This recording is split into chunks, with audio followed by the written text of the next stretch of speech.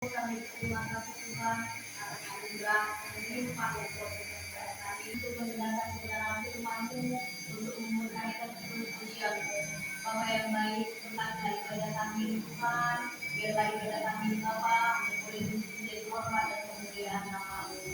Berkati kami yang ada di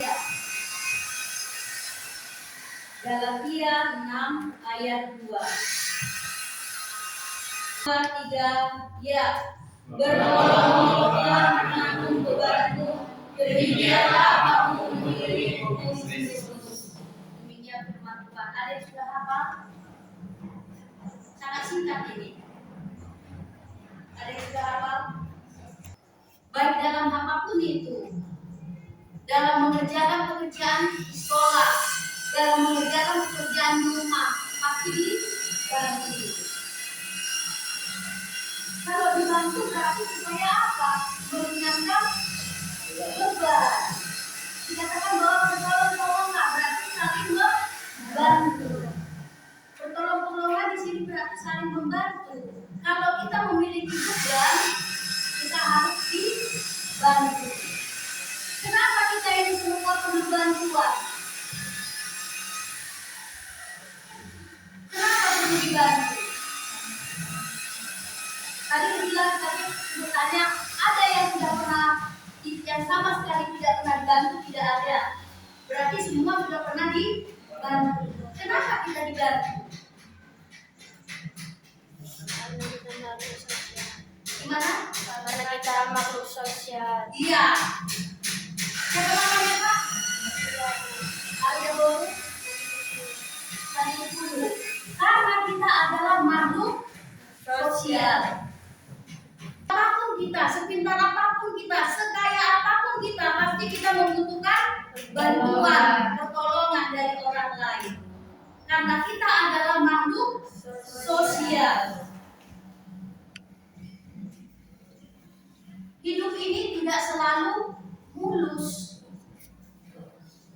Kenapa hidup ini tidak selalu mulus? Karena kita pasti yang namanya manusia yang hidup memiliki permasalahan. Masalah hidup ini tidak melulu dari masalah ekonomi. Mungkin ada yang ekonominya lagi bermasalah. Misalnya uang sekolahnya menunggak. Itu adalah permasalahan ekonomi. Ada mungkin permasalahan pekerjaan rumah atau PR yang diberikan oleh ibu guru. Mungkin tidak mampu ia mengerjakan. Banyak permasalahan-permasalahan yang kita hadapi.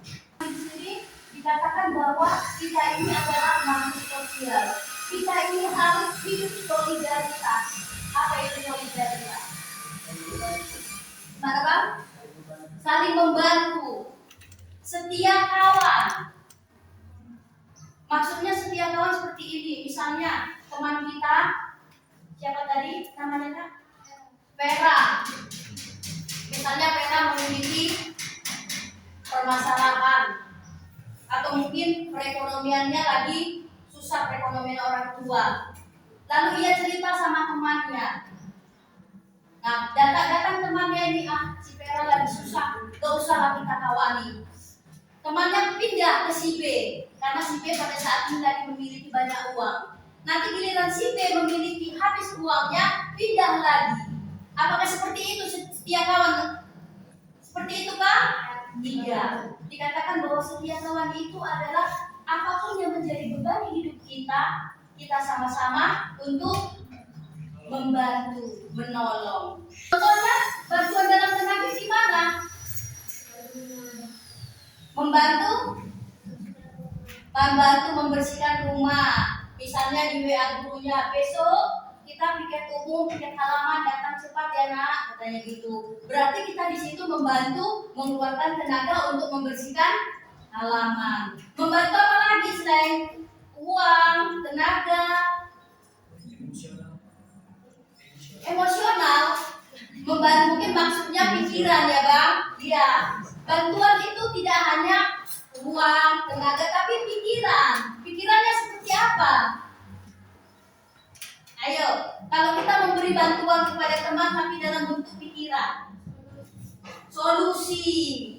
Iya, solusi. Misalnya nih kita cerita curhat ya sama temannya, aku lagi bermasalah, gini. Oh, ini aja, memberikan solusi. Ada terkadang teman kita walaupun dia memiliki masalah, ia tidak butuh solusi yang cepat. Ia hanya ingin apa? Supaya kita mendengarkan apa yang menjadi unek-unek teman kita. Kita mendengarkan, teman kita tidak perlu solusi, tapi di situ teman kita yang mengungkapkan, dia sudah merasa plong. Karena apa? Apa yang menjadi bebannya sudah keluar. Tidak. Kalau udah dapat boleh dibaca satu orang yuk. Beban berat, aku akan memberi kelegaan kepadamu. Iya. Di sini adalah firman Tuhan mengatakan, marilah kepadaku semua. Bukan hanya ibu, bukan hanya teman-teman dari Kementerian Agama, semua berarti menuju kepada semua makhluk ciptaan Tuhan. Marilah kepadaku, ini adalah tawaran Tuhan Yesus. Tuhan Yesus menawarkan, mari kepadaku, semua yang berbeban berat, semua yang berletih lesu. Letih itu apa? Gimana kalau udah letih? Capek, males, tidak ada pengharapan. Tuhan Yesus menawarkan, marilah kepadaku semua yang letih dan sudah berbeban berat, aku akan memberikan kelegaan. Dengan cara apa kita datang kepada Tuhan Yesus? Dengan cara berdoa. Tolong-menolong di sini adalah berarti dia harus saling membantu. Apapun pekerjaan kita, baik di rumah, di sekolah, kita harus saling menolong. Tinggalkan keegoisan kita. Supaya apa tadi dikatakan? Bahwa bertolong-tolong akan menanggung bebanmu, demikianlah kamu memenuhi hukum Kristus. Hukum Kristus itu apa? Hukum Kristus itu apa? Ayo. Kasih. Hukum Kristus adalah kasih. Kalau kita saling tolong-menolong dengan ikhlas, tanpa mengharapkan imbalan, sejujurnya kita sudah memenuhi hukum Kristus, yaitu kasih. Kita berdoa. Terima kasih Tuhan Yesus, perkataan firman-Mu yang mengingatkan kami. Ajari kami Tuhan, agar kami boleh saling menolong. Ajari kami Tuhan, agar kami boleh saling mengasihi bersama kami sekarang sampai selama-lamanya. Amin.